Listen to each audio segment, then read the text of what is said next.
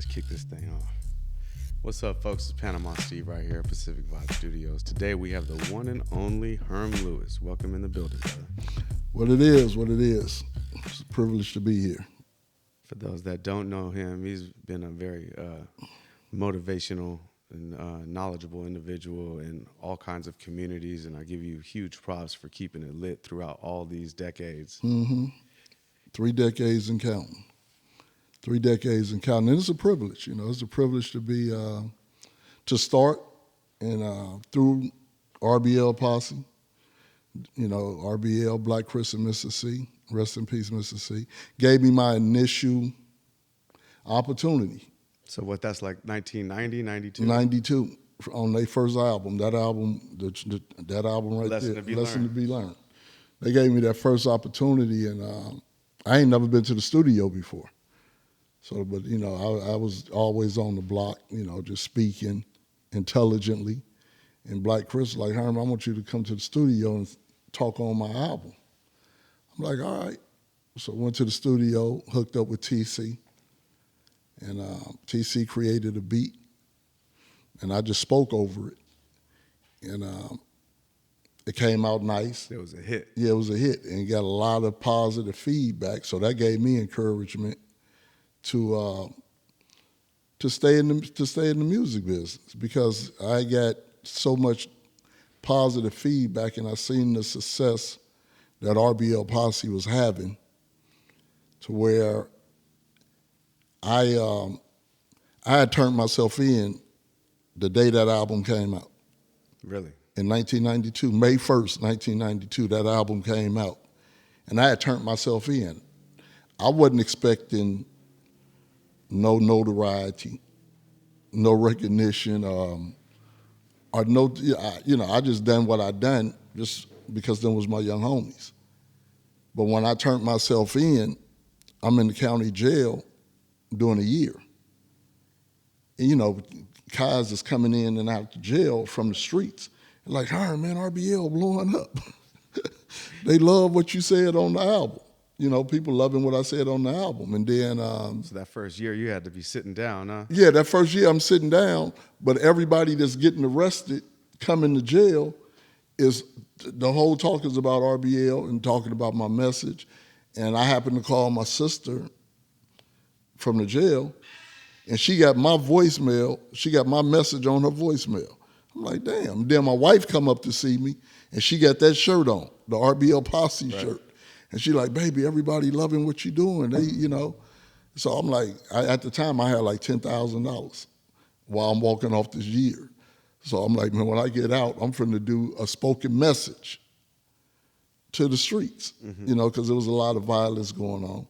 And my objective was to try to stop the violence and increase the peace. So when I got out, we all up on the block on Harbor Road, and Black C and Mr. C up there, we chopping it up. I said, yeah, man, I want to do just a spoken word on the A side and the B side, just to the communities, to try to, prevent them from killing each other. And Black Chris say, oh, that's cool, but let us do a song on it. And I'm like, how you gonna tell them no? Right. They the hottest thing in the Bay Area, damn near in the country at the time. So I'm like, yeah, without a doubt. So Chris got on there. Him and Mr. C, Dad agreed to be a part of the project. And at the time, it was just me doing the message, RBL on the B side.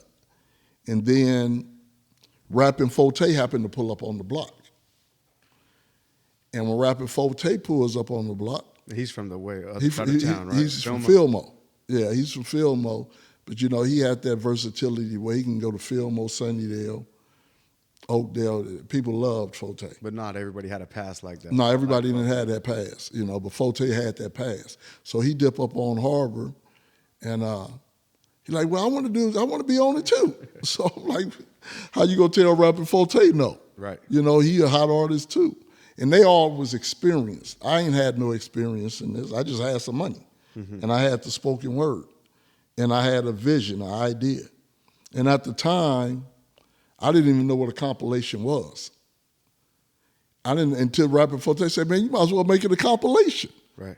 And I'm like, okay. So I'm following their lead. So I'm like, okay. And then Forte chopping it up, we all chopping it up. He say, man, you should go get Cool Nut. Rest in peace, Cool Nut. R.I.P. He said, man, you should go get Cool Nut. So I had heard about Cool Nut, and I knew he was, because he was already on the radio. He was hot. He was a hot artist. So I went and touched bases with Cool Nut, and he's like, yeah, homie, I want to be a part of it. So I got Cool Nut. I got verbal agreements. Then JT, the bigger figure, Right. was already doing his thing, and he had a showdown at the skating rink. So I'm like, man, I'm finna just go down there and holler at him. And I pulled up, and he showed me nothing but respect and love. And he was like a star already. He was young, but he was a star. And he showed me nothing but love, like, oh, big homie, it's good. I'm gonna put something on there. You know, let me know, give me your number. We exchanged numbers. So this is all like 91 when you was fresh This was like 90, 93. Or 93? Yeah, when I started, after I got out. Okay. I'm working on the compilation. Well, it developed into a compilation. And so JT gets on there. Then Fly Nate the Bankster, Sucker Free Gangster, yeah. Hell yeah. He had just got out the pen. He had just got out of San Quentin.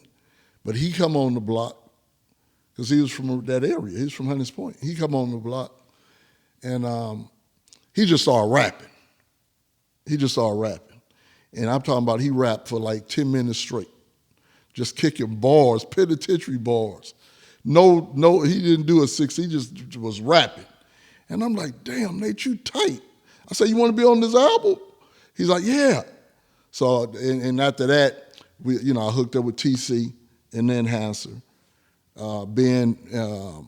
getting information and some instructions from Black Chris and Mr. C, and they walked me through the process. And, I'm learning as I go. So we all at the studio. And everybody in there writing. All the rappers in there writing. We got RBL. We got Sugar Bear. He in there writing.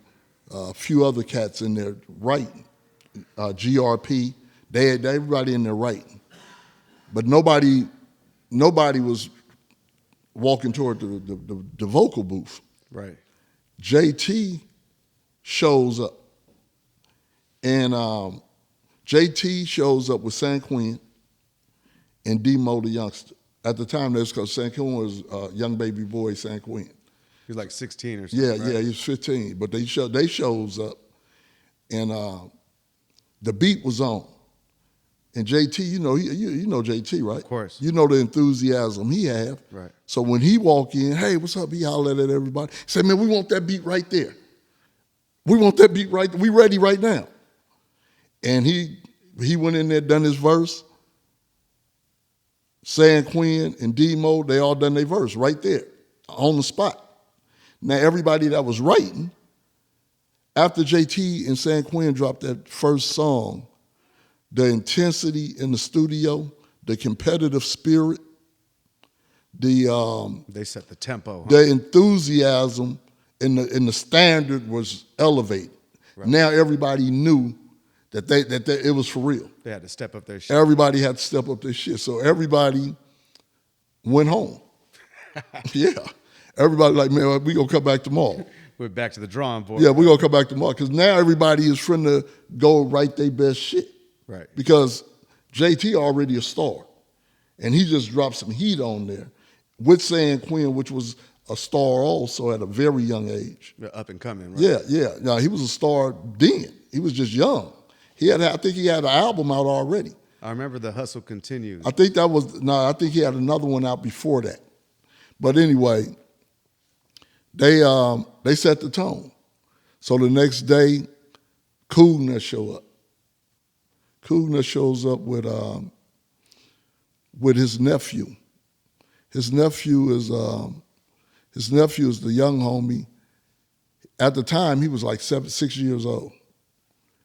And right now, he's on social media as The Voice, 415 The Voice on Instagram. Good dude. And I never knew him all these years. I just knew it was a young kid that Coolin that brought to the studio. That one time back. That one time. And right. Coolin that say, hey, Herm, I want my nephew to go in there and say something. And the kid went in there and said, what kind of cologne you got on? You smell like jealousy. That right there. That's Coolnut's nephew. Yeah, that right there is, and then Coolnut went in there and dropped, I Smell Jealousy. But it was a trip because me and the nephew, we friends on social media, and he had a podcast, and me and him was doing something on his podcast, and at the end he said, Herm, let me tell you the story.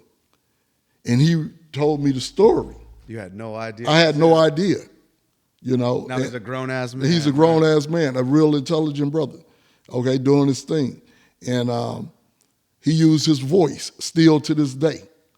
And he speaks intelligently about a lot of different situations, right? But he came in and done that. And so he said, man, let me tell you the story.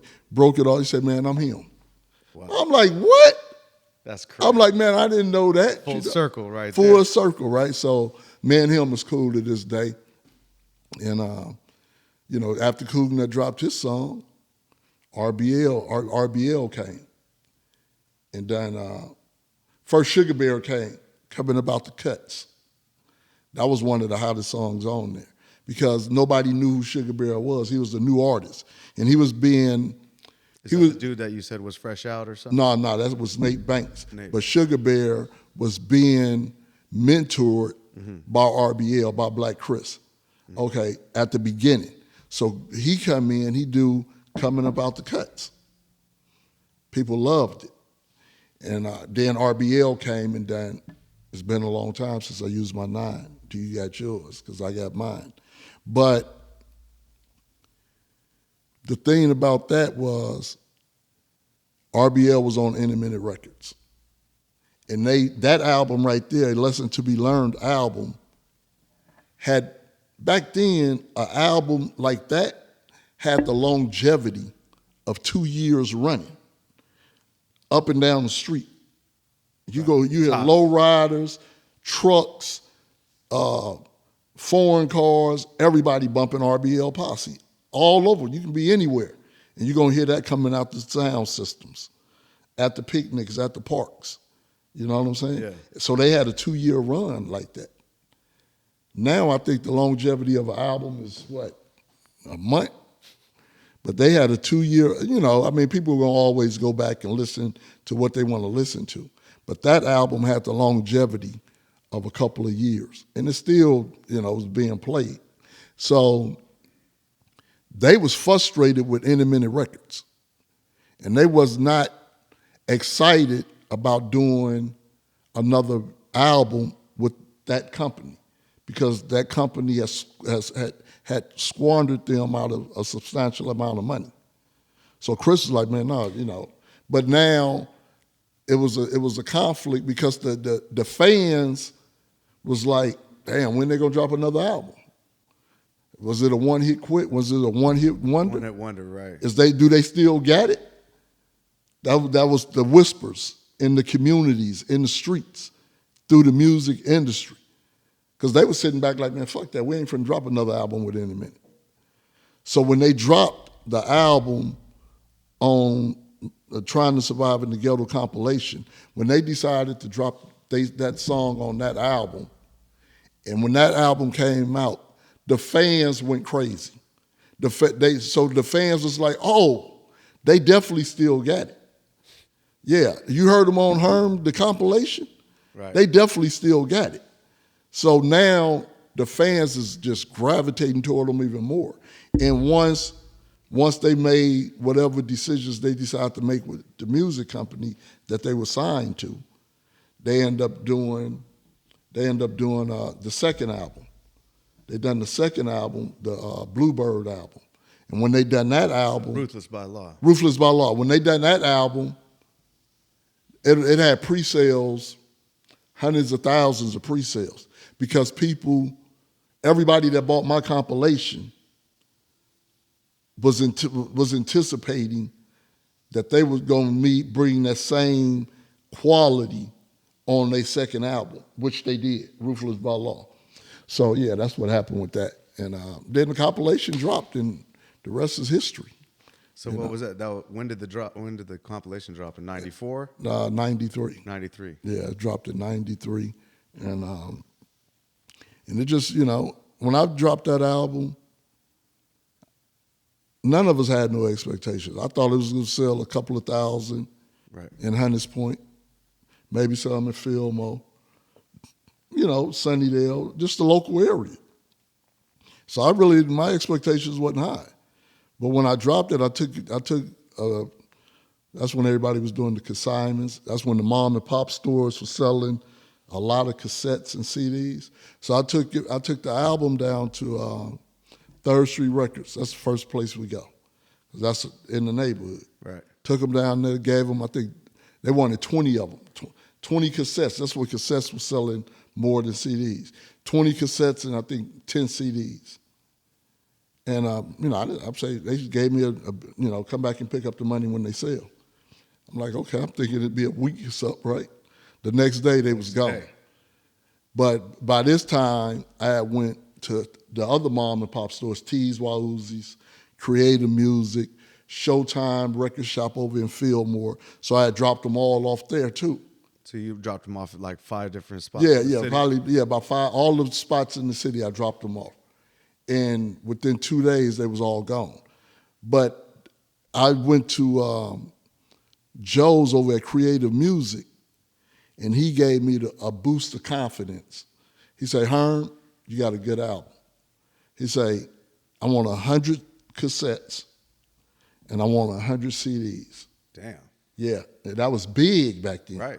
And he had the top mom and pop stores, him and his wife, in the Bay Area. You do in-stores over there and all that, So he bought that, he wrote me a check. He like, you ain't got to wait for this. Here you go. Oh, it was no consignment this time? No. He wrote me, he said, man, this album from the sale. And sure enough, it just started selling. I ended up giving, replenishing everybody. And I think on the second order, because I was getting them from LA, from Rainbow Records. That was the manufacturer. And they said the lady her name was Violet. She was cool. I never met her. She was down in LA at the Hip Hop Music Awards, but we just didn't meet. We just didn't connect. She was there and I was gone, but I wanted to see her, shake her hand, because she had so many of my records, had pressed up a lot of my records, and she had this other lady that worked up under her that ran all the Tower Records. So we were selling a lot of records at Tower Records too. Yeah. So once that happened,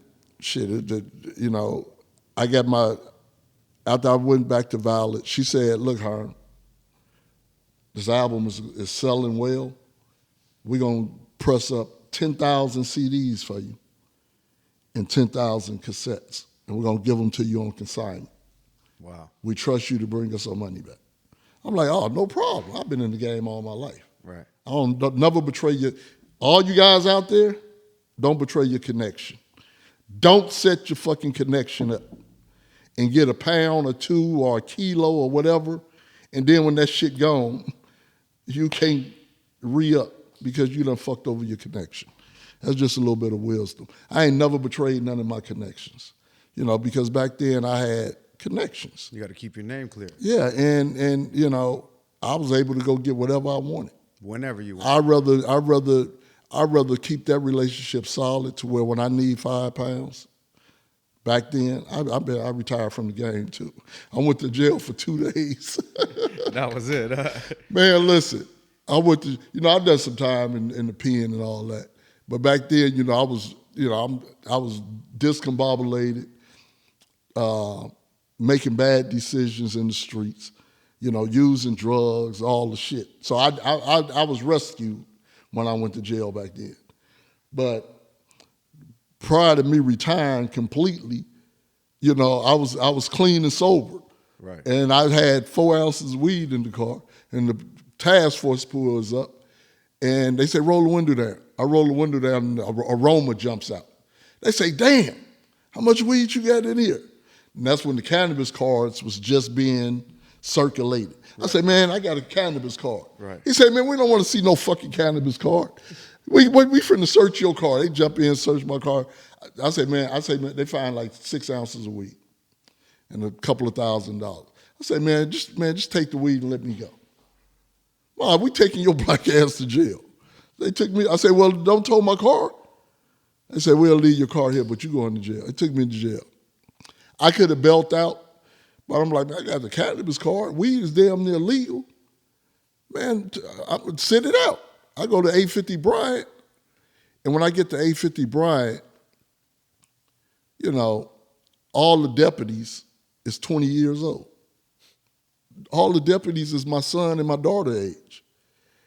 And they all like, oh, Herm, treat me like I'm a fucking star, right? Herm, what's up, man? Herm, you still do it? I'm like, dude, I'm in jail. Right. I ain't trying to talk about no music shit. Man, I don't want to hear your verse or none of that. I'm frustrated right now. So go through that whole thing. And the first day, I'm thinking, well, fuck it, they're going to take me upstairs. They're going to OR me. OR time come, my name ain't called. I'm like, shit. So I had to spend the night. The next day, I'm thinking, well, fuck it, they're going to take me to court, and I'm going to get out. Next day come, they didn't take my ass to court. Now I'm mad.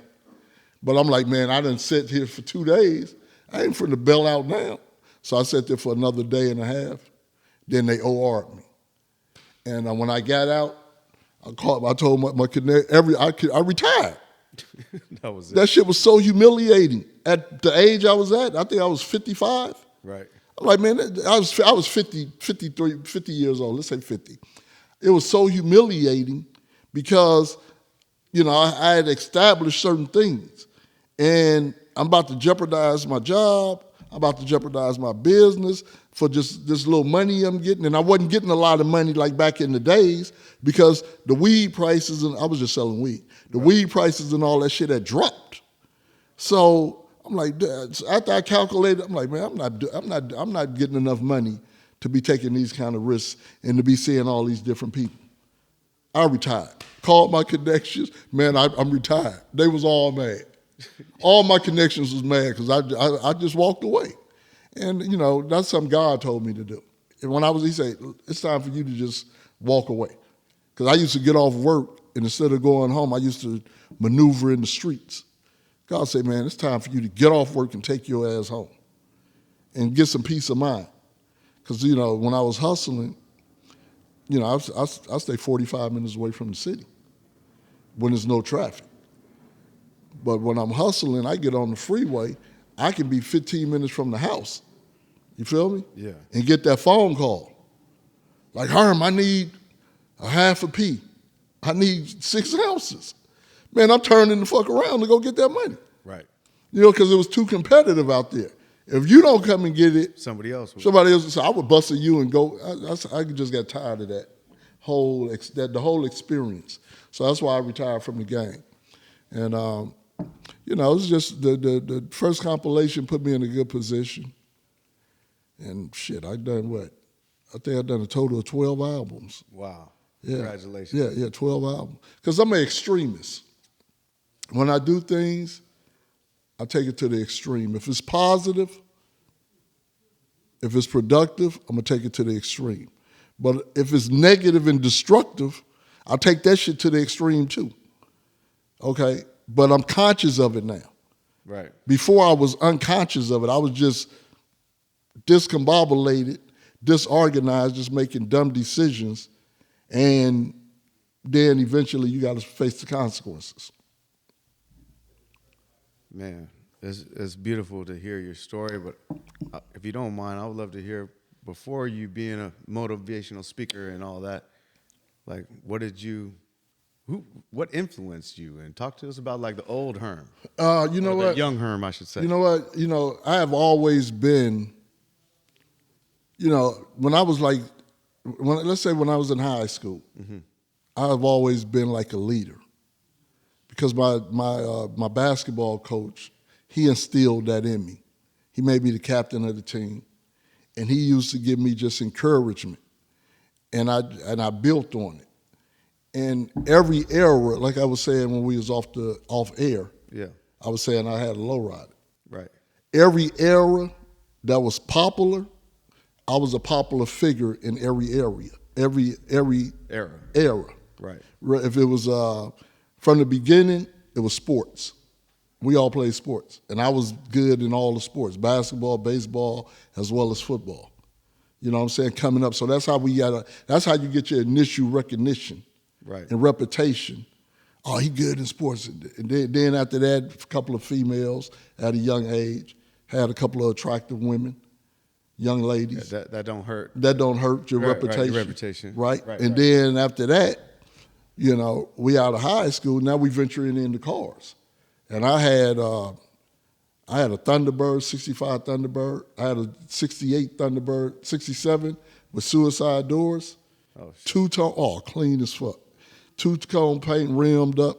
I had a 64 Chevy Super Sport. I had a 65 Chevy. I had a Pontiac.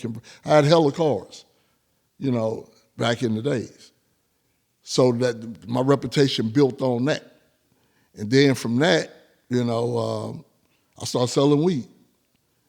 I had the biggest sacks. Right. Reputation built on that. And from that, you know, I got into the dope game. And I was moving that shit real heavy. Reputation built on that. And then when crack hit the scene, I got addicted and became homeless. Yeah, I got it. Like the late 80s? This was like late 80s, 84, maybe 85, 86, and 87. I was on crack. And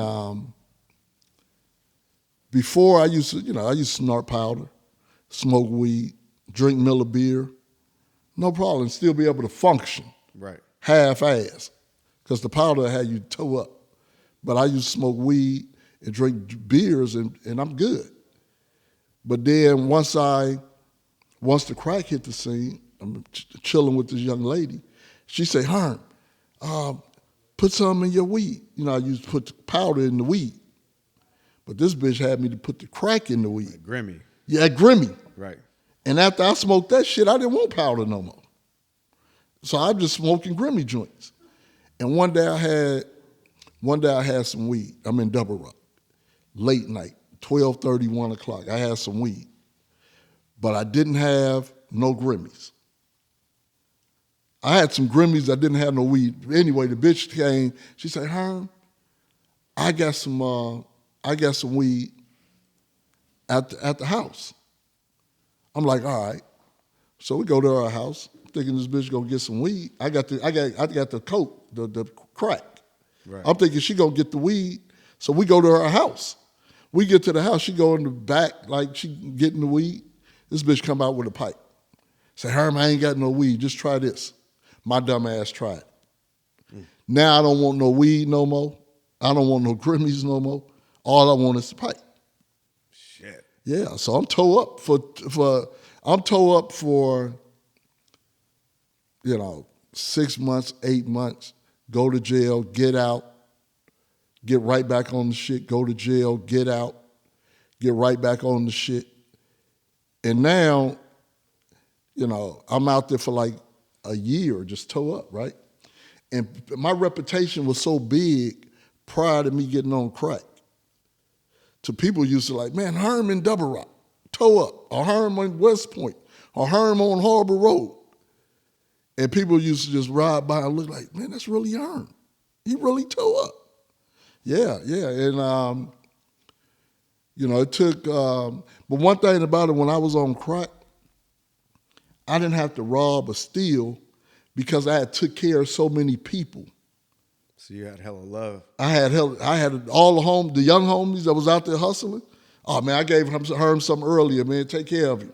They didn't want me around the block, Right? Because I'm gonna take somebody's shit or apply pressure or just create an uncomfortable hustling environment. So the young homies used to be like, man, look, get us to Herm, send him on his way. But I would get something in West Point or get something from Harbor Cats, go down to Double Rock. Wherever I went, I had love. So and eventually the police got me, took me to jail, and my probation, all that shit that ran its course, and they sent me to the penitentiary. And when I went to the penitentiary, I got clean. I'm not on drugs, so I got clean. I'm hitting 400 pounds. I'm a shot caller, and I get out after I get out after 24 months. Bang, I get out. So my goal was to stay clean and sober. My goal, I was going to have a drink because I was able to do that prior to getting on crack. Smoke some weed, I was able to do that. And have a Miller draft, no problem. But I ain't had a drink yet. So after like 7 days of being out, I go down to the club, little local club, the Waterloo. I go down to the club and I have a drink, Long Island iced tea. Ooh, strong one. Strong. And when I left the club, man, I'm woozy, and I see a bitch that I used to fuck with, get high with. We used to get high and do the nasty, right? Right. She said, "Hey, Herm, how you doing?" And she hugged me and put that thing up on me. And I'm like, "What's up?" I had already had a room that my brother had paid up for me for a month. I said, "I got a spot up there. You want to come up there?" She said, Yeah. So I take her to the spot. Now I'm sort of intoxicated, but I ain't got no intentions on using no crack, right, or no powder or nothing. I'm sticking to my game plan. You over it? I'm over it. Right. So I got the bitch with me. We gets up there and we chopping it up, and she said, "Herm, is it okay for me to smoke a cigarette?" I'm like, "Yeah, go on." She said, "Well, it got some crack in it." I'm like, "Go on." But I'm thinking I can handle the temptation. She started smoking the crack cigarette, and I'm sitting by the window, like temptation just grabbing me, like grabbing at me. And I'm resisting the temptation. The motherfucking cigarette get down to here, to the butt. I say, "Let me hit that." She gave it to me, I hit it. All of my positive thoughts evaporated immediately. And I say, "Come on, we're going down to Sunnydale." Went to Sunnydale, I had like 900 in my pocket. Went to Sunnydale, bought some dope, got high with her, ended up kicking her out after I hit him and all the shit. Kicked her out, but now I'm tweaking. Now you on one. I'm on one. So now I'm in West Point buying shit. I'm in Double Rock. I'm in Fillmore. And the money, I'm in my car. My car get towed away because I parked illegally. The money is evaporating. My thought process is gone. So I had been out a total of 28 days after doing 24 months. I'm sitting up in West Point. It's like 2 a.m, and I'm tweaking like fuck. Money gone. I'm waiting on somebody to come through to show me some love, and the police pulls up in a paddy wagon. Max, you guys probably got the same situation out here. You know certain police. Right. Certain police know you. Max knew my whole family. He knew all the hitters. He knew all the big dope dealers. But he wouldn't fuck with you over some weed or a little coke. He wouldn't even, that was out his league. That was out his league. But if you go, like my brother, may rest in peace, D. Lou. He was a gangster. But, he would sell some weed and some little hair rod. Max knew about it. Everybody knew about it. He didn't trip. But my brother eventually went and robbed a bank, right? Right. Max came to my mama's house, knocked on the door, and said, tell D. Lou that we looking for him. He done crossed the line. He done robbed a couple of banks. So I got to arrest him. Yeah, and then he arrested my brother. But anyway, I'm up on the block, and he happened to pull us up, and he's in a paddy wagon. And he looked, because he knew who I was. He knew my reputation. He knew I was the boss. He said, "Herm, is you on that shit again?" And I'm sitting out there tweaking like fuck. Say, "I'm taking your black ass to jail." He was a white cop too. said, I'm taking your black ass to jail. Took me to jail. And, I could have fought the case. My brother had big money. He went, man, I get you an attorney, Herm. We can fight it. I only had some crumbs in my pocket. He said, but he took me to jail for it. I said, man, I'm so disappointed in myself. I said, man, I don't even want no attorney. I need to just go back. So I went back to the pen and done another 16 months, right? This is why my life changed. I do 16 months in the pen. I'm a shot caller on the yard. A week before I'm getting out, I got my dress out sent, all the shit. I'm getting out next week. But something happened on the yard. An altercation happened on the yard.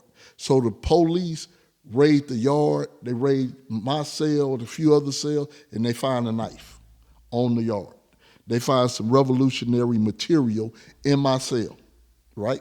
Right. So instead of me getting out next week, they sent me the Corcoran Shoe Program for an extra year in solitary confinement.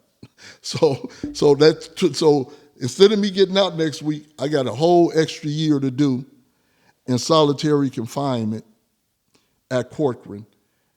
Right, and that's when that was right. So I go to Corcoran, I get a whole extra year, solitary confinement. And when I get there, when I get to the cell, I had just started reading my Bible too when I was on the main line. I had just quit smoking cigarettes when I was on the main line. Okay, I just quit smoking cigarettes, just started reading my Bible. And when I get to the solitary confinement jail cell, the only thing that was in there was a Bible and a pack of cigarettes. And God told me, just like I'm talking to you, He said, if you smoke the cigarettes, you're going to smoke crack when you get out. If you read the Bible, I'm going to walk you through this process and you're going to be fine. Threw the cigarettes out. Picked up the Bible. And that year in solitary confinement was like this. Peaceful, just straight through. Straight through. And that was God. And I became so strong when I got out, I never smoked another cigarette, weed, no alcohol. I've been clean and sober for 33 years now. Man, congratulations. Yeah. So I don't smoke. I can be around, and the thing about it is I appreciate being around other guys, females that have a drink, that smoke their weed. I'm good with that. As long as you don't pull out no crack or no powder or no heroin, and this fentanyl shit, man, avoid that. But if you smoking some weed and you having a social, occasional drink, man, we can kick it. But if you go to that other level, I got to disassociate myself with you. The cool part about it these days is that, I feel the same. We agree on that, but one thing is like this fentanyl shit that the cartels, they're mixing that in everything. Everything. So you might try to go do a bump or whatever the hell you're doing. And it's got fentanyl in it. Right. Yeah, that's unfortunate, man. It's scary now. You're better off just staying away from everything. All that shit. Yeah, because it's scary, man. They putting that shit in. I heard about it. They putting it in everything, but since I've been out, man, I just been, I got out and I'm just been on a positive height, being positive, raising my kids, my stepkids, and keeping it moving. Yeah, that's what it is. I just retired, got my business I'm running. Tell us about that, brother. I know that you just retired, but I didn't know the details about you running your own business and all that. Oh yeah, well see, I like when in 95 after the second compilation came out, which done good also. It done good too. It didn't do as good as the first one, but it done good. So I always wanted a job, right? Because, to balance out the hustle and all the other shit. Right. And my brother he said, man, why don't you just buy yourself a job? I'm like, what you mean buy a job? He said, buy you a franchise. I'm like, it's a lot of shit that I don't know. And I didn't know nothing about no franchise. I said, well, how you go about doing that? And he pointed me in the right direction. So I bought a franchise, Janny King Janitorial Franchise, which is the biggest janitorial company in the world. Really? Yeah. At that time? Right now. And right now? And right now. It's been around for like 40 years.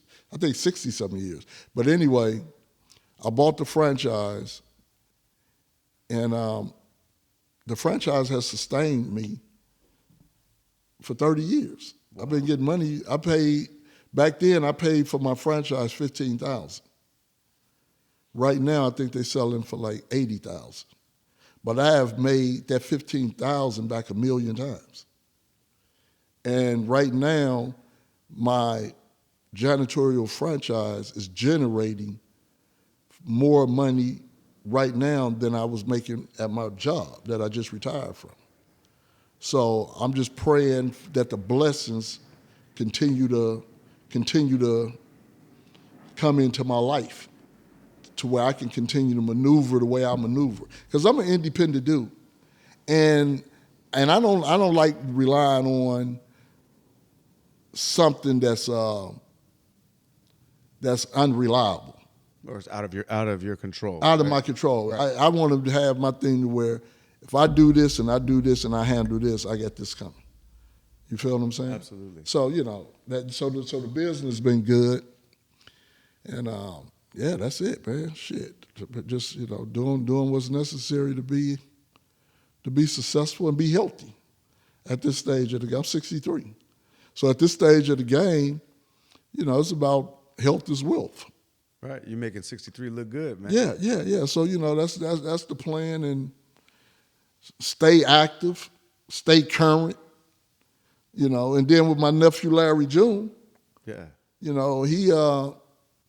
He dusted me off. When did he put you back in the booth? How did it feel to go back in the booth after all the years, man? Oh, man, it felt good. It felt good because, I'm always writing, and I always got something on deck for if E40 hit me, or Master P, or Ice Cube, Legends. or anybody of that caliber hit me.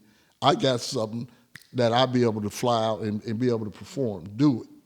You know what I'm saying? If Snoop hit me, I've been writing for 30 years. So I keep something on deck to where I ain't got to go and write something from the beginning.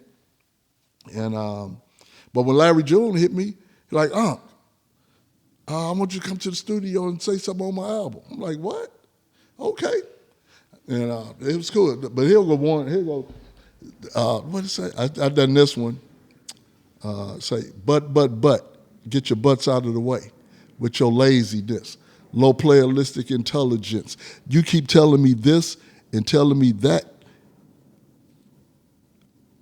I forgot the rest. And then he gets the new one too. I'm on like 5 or 6 of them. You keep telling me this and telling me that. So I'm telling you this. Stop being disrespectful behind my back. Never put up a 0, then call yourself a hero. Just a little something that I put together for him. Big props, man. You downplay it, but you've been spitting game knowledge for decades. Right on. Still got it. Right on. No, that's beautiful, bro. And I love to hear you keeping it lit. Like I said to you earlier, off the camera is what I mentioned that I was bringing you onto the show. I've been excited. I asked you a while ago to get on here. And I'm glad I made it down here, because I kept your number locked in, and I had told myself, I say, once this retirement stuff is over, right, I'm gonna go down there, see, because like this morning it was convenient for me, because usually I'd be getting off work in the morning, but now it's like, okay, I got the time to go down there and make it back. Because right now I'm coaching a 40 and over league at Jolie Gym, Jolie University. So I'm coaching the basketball team. Right now we 4-0. We got a game tonight. One of our toughest components is tonight, and so I got to get my coaching hat on and be ready to go for tonight. That's beautiful. Yeah, man. yeah. Hell yeah. No, that's like I was saying is that I mentioned to one of my young homies the other day. I said, "Yeah, I'm gonna have Herm Lewis. I don't know if you know who that is." He goes, "Yeah, he's the one that's on Larry June." And when I think of you, I'm thinking of the old school Right, from right. RBL. Right. That's hella tight that you're relevant in all these different decades. Yeah. Now with Larry June. So, and what happened is with Larry June is like, when he was like 7 or 8, he would come to my house as a kid, and he'd be looking around. I got all these posters. I got Be Legit. I got Rapid Forte. I got JT. I got RBL. I got Sugar T. I got all these different posters, Ice Cube around the house, and he used to come in my hip hop room and just look in amazement, right? And he spoke to me about that a couple of months ago. Say, when I used to come to your house, I used to just be inspired. It's one of them core memories. Yeah. There. So he told me that, right? And it's a trip because he have introduced me to like 1 million new fans. Mm-hmm. And 1 million new fans he introduced me to. So yeah, I'm appreciative of that. It's I'm at the picnic, and it was this young homie. He was with his dad. His dad was my age, a little younger than me. He probably was your age, but he was with his dad. The kid probably was like 15, 16, 17 years old. And his dad was like to his son, "Hey, this Herm, you know Herm? He rap," right? Okay. And the kid was looking like, "I don't know who that is," right? But I'm like, as soon as I say Larry June, it's going to hit. So I say, "You know Larry June?" He said, "Oh, yeah, I know Larry June." I said, I'm Uncle Herm. He said, "Oh, okay." He didn't know at first, but when I said that, it resonated with him. And it clicked immediately. And now he captivated. He want more. Right. He want more conversation. At first, he was like, "Yeah, whatever. He an old school rapper. He done." Same thing with this young lady, right? It was one of the homegirls. She had 2 of her daughters with her, and she was like, "Hey, this my friend Herm. You know, he do music." And they was like, "Okay, Mama. Like, so why are you telling us this?" And I said, "Y'all know Larry June?" They both got hella excited. "Oh, Larry June, oh, yeah, we love it. Man, I got his shirts at home." They was all excited, right? And, it's just the transition. That's why circumstances change.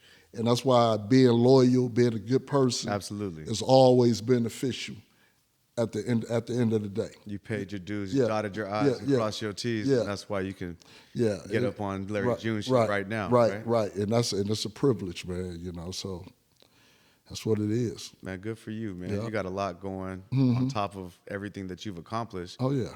But freshly retired from your regular job, now you can focus on your business and enjoy life a little bit more. It sounds like you worked a lot. You got a crazy work ethic and hustle that I got to give you props for because it shows. Yeah, like I said, I'm an extremist. Like when I got my job, I ain't never had a job in my life. And I walked up on that job. I got that job. Oh, how'd your brother say you buy yourself a job? Yeah, I bought the franchise, but then I got the job on a fluke. The job that I just retired from. Uh-huh. It's like I was one of the homeboys. He was walking down the block. He said, "Herm, give me a ride down here to this job fair." I'm like, "All right." He jumps in my convertible. We ride down to the job fair, and there's hella people in line. But I had just done a Stop the Violence event with this guy named Francisco. He's an Indian guy. Mm-hmm. Got a lot of influence in the city. I had just done a Stop the Violence event with him. So the line is way down the street. But he seen me and said, "Herm, come here." And so I parked the car, walked up there to see what he wanted. Now I'm walking past all these people in line. He said, "Herm, don't worry about that. You right here. Come on in." He pulled me in the front of the line, and I walked through the gate. And we sitting at a table just like this, filling out the application. He said, "Look, Herm, don't put no lies on there about jail to let them know you've been in jail. Let them know all the truth." I filled out everything. And I left. Didn't think nothing else of it. 2 weeks, about a week later, they was at the city with Mayor Willie Brown, all the city officials, and the executives from Recology was all having this big meeting because they was put a new facility in the Bayview Hunters Point area.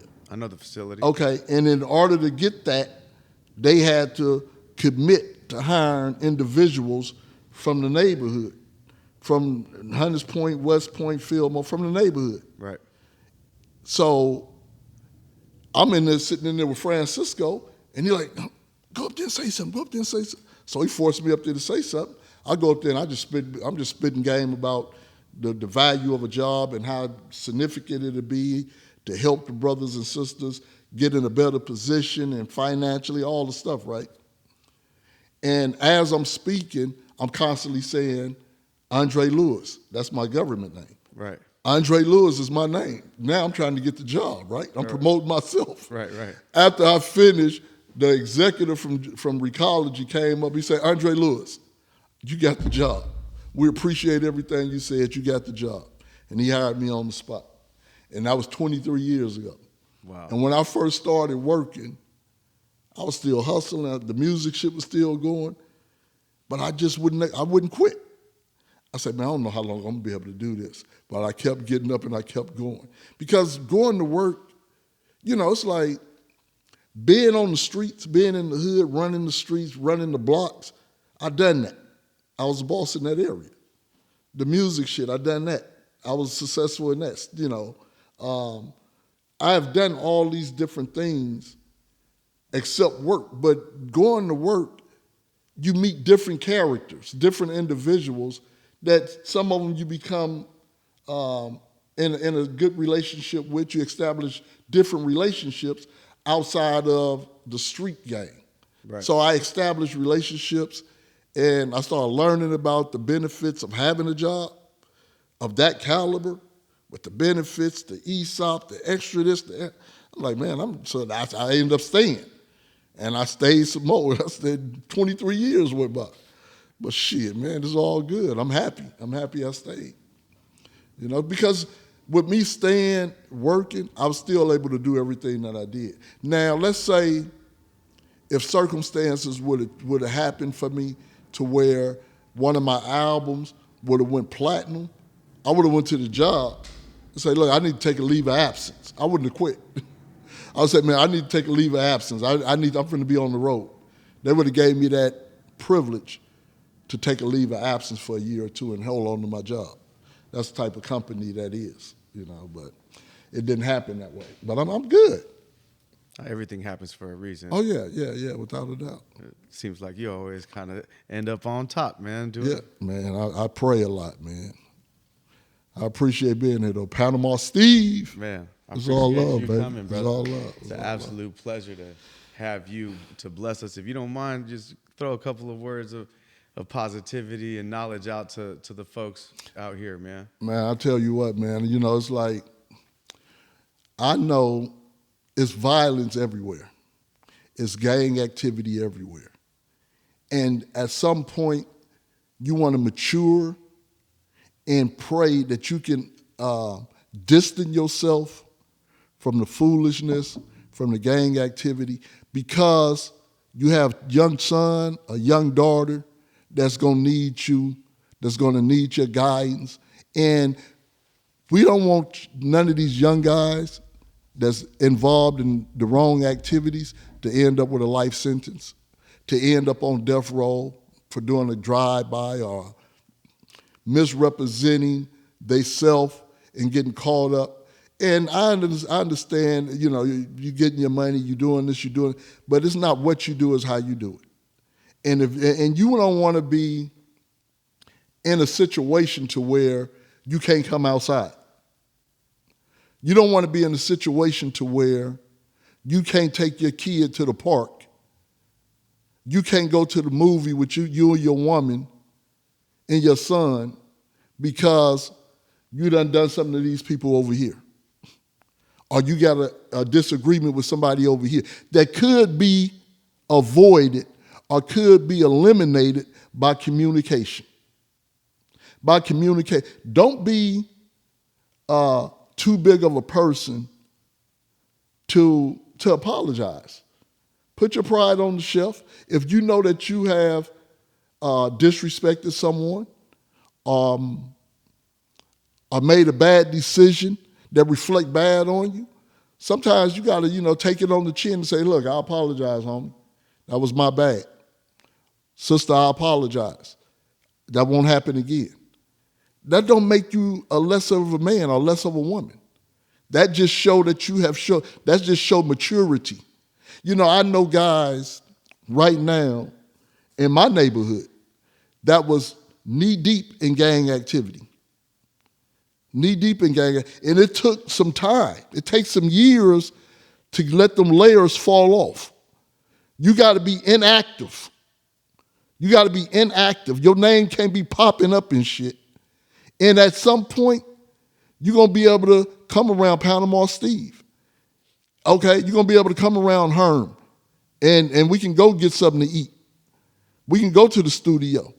Because them layers of negativity and violence have fell off to where the homies, the neighborhoods is not intimidated when you pull up now. Because you have reestablished a new reputation. You have reinvented yourself. And that's what we got to do. I know some guys in my neighborhood that have done that. And it takes some time. This is a figure of speech. But you got to be a good boy, period. You got to be a good boy. You got to be like, man, you know what? You can't see the homies over there or the sisters over there and be mugging them, because that right there is going to create tension. It's going to create a conflict. You see, throw up the piece. Even if you don't like them, if y'all not, but man, we ain't got to be buddies. Okay, we ain't got to hang out. But we could have respect. Man, hey, man, I'm going to give you the peace sign. You can be from over there. You can be from up there. Man, I'm going to give you the peace sign. Give you a head nod and keep it pushing. Right. And establish that rapport to where you see them 2 weeks from now, it's the same thing. And if you happen to see them and you with 3 of your partners, okay, you got to maintain that same energy. Don't be with 3 of your partners and all of a sudden you ain't throwing up the peace sign or the head nod because you being influenced by these 3 guys. And if these 3 guys is not on the same page with you, you're going to have to associate with them inside the house. You're going to have to associate them around the corner because you want to be able to come out by yourself. You want to be, man, a lot of guys can't even go to the gas station because they're involved in the wrong activities. You don't want to be in that predicament, man, especially if you got young kids. I love taking my kids to the park. Of course. To the gym, to throw the football. My son played for the Buffalo Bills. Is that right? Yeah. And he grew up in Hunters Point. Actually, I remember, you posted something about that about a year ago. Yeah, he grew up in Hunters Point. Yeah, but it was because of my influence in me using the neighborhood resources, the gym, the baseball field, the football field, the studio. You can be in the hood or near the hood and still participate in quality activities. But you got to be knowledgeable. And you can't be afraid. You can't be afraid of your kid. A lot of parents nowadays is afraid of their kid. Right, tiptoeing around them. No, I don't do that. I never have. My mama didn't do that. I was raised by a single mama. She raised 8 of us. Ooh. And she can look at us right now and we are bow the fuck down. Yeah, that's the respect she have, Yeah, so, man, I just, my thing is, I advocate stop the violence and increase the peace, and I've been advocating that since 93. But it's a beautiful thing when you can go outside. We was talking about lowriders earlier. You can go outside, you can wax your lowrider, you can turn your music on, you can get your girl, get your son in the back seat, and just roll down the street with no problem, because ain't nobody looking to hurt you. because you ain't done nothing to nobody, and you have built up that reputation to where that's just the homeboy. You know, he with his woman. Right. He just rolling his clean car. Ain't no need to fuck with him. Don't pay him no mind. He ain't looking to get in no drama. He ain't looking to avoid no drama. Every time he go by, he's peaceful. Man, he'll go to peace. Yeah, and keep it moving, man. Right. That's what we got to do. That's what we got to do, because being able to come outside is a privilege. You know, being able to, like, in my neighborhood, being able to go from Hunters Point, Harbor Road, to West Point, from West Point to Double Rock, from Double Rock to Oakdale. These are all different hoods. Yeah, from Oakdale to Crusader, from Crusader to 3rd Street, from 3rd Street to Sunnydale, Potrero Hill, Fillmore, Valencia Gardens. To be able to do that, and ain't nobody really out to fuck with you, is a privilege. And you don't want to squander that, you know, by being involved in the wrong activities. And so that's just what that's how I operate. You know, that's how I operate. And you'll be a fool to fuck with somebody like me. Why would you jeopardize creating a problem with an individual like me? Because I can go there. I can turn the light switch on. Okay?